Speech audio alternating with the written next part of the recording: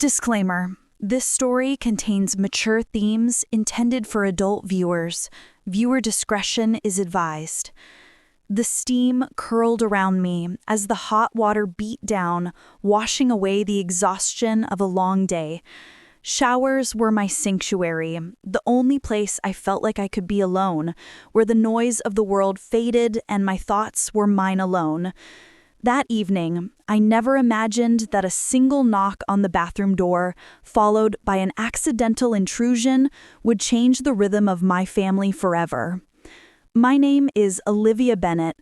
I was 19 then, a high school senior who thought I knew everything about life.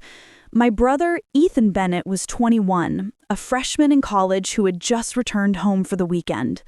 We'd always been close, but we were also siblings, which meant there were arguments, rivalries, and plenty of slammed doors in our history.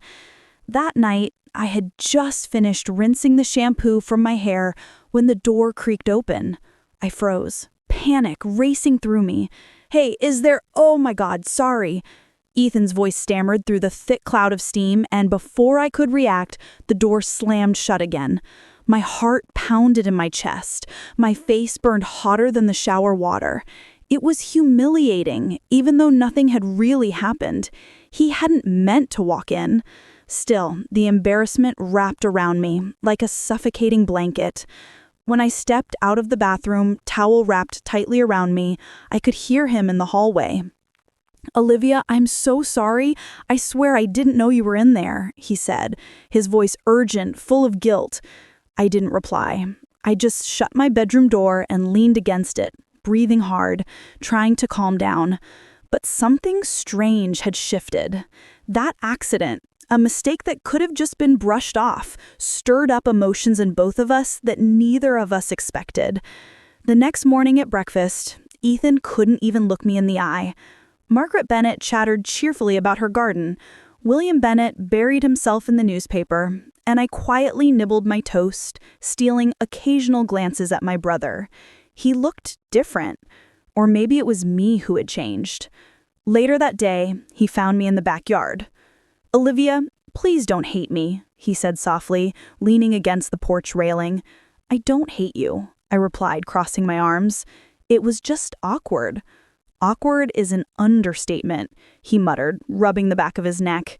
Then he sighed. "I just don't want this to ruin things between us. You're my sister. You're one of the few people I can actually talk to." That surprised me. Ethan was always the confident one, the golden boy of our family, but in that moment, he looked vulnerable, like he was carrying weight I hadn't seen before. I tilted my head. "Talk to me about what?" And that's when everything began to unfold.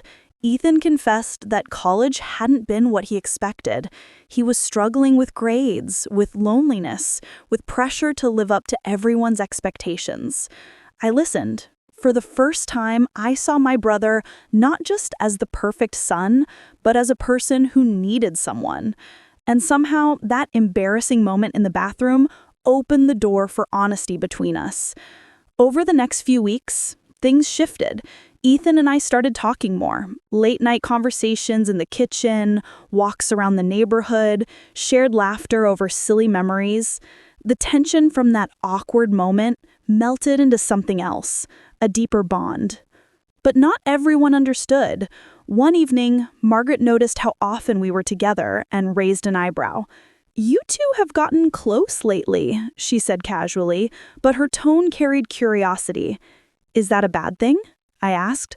"Of course not," she replied with a smile. "I'm glad you're getting along. It's just different." Different. That word echoed in my mind. Yes, things were different, but in a good way.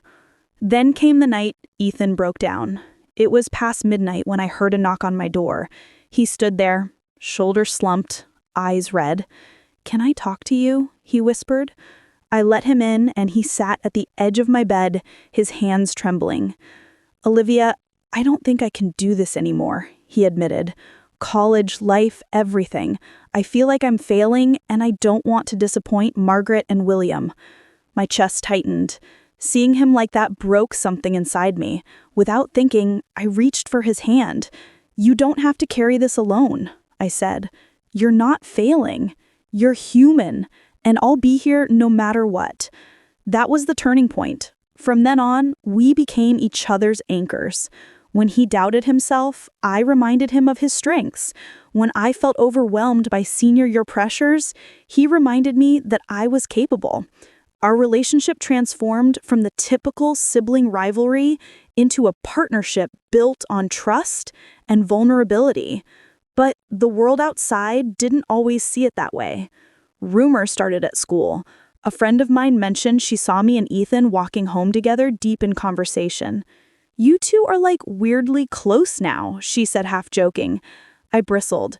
"He's my brother." "Yeah, but still," she teased. That bothered me. It made me realize how easily people could misunderstand something pure, something real. But it didn't matter what others thought. What mattered was that for the first time, my brother and I truly understood each other. Months passed.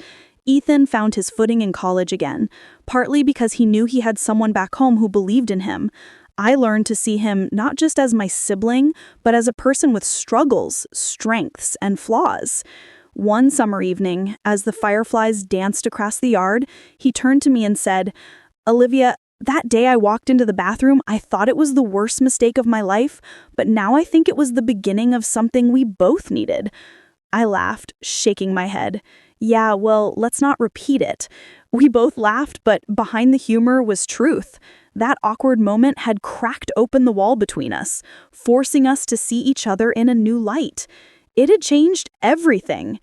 Years later, when people ask me how I became so close to my brother, I never tell them about the shower incident.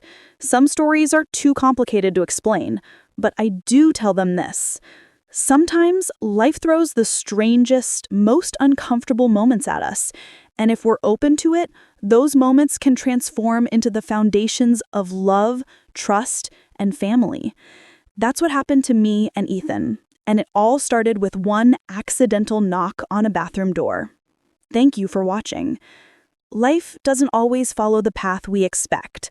Sometimes the most awkward, unexpected moments become the ones that shape us the most.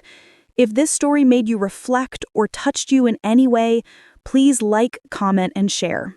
And don't forget to subscribe for more thought-provoking stories. Hit the bell icon to stay updated with our latest uploads. Until next time, take care of yourself and the people you love.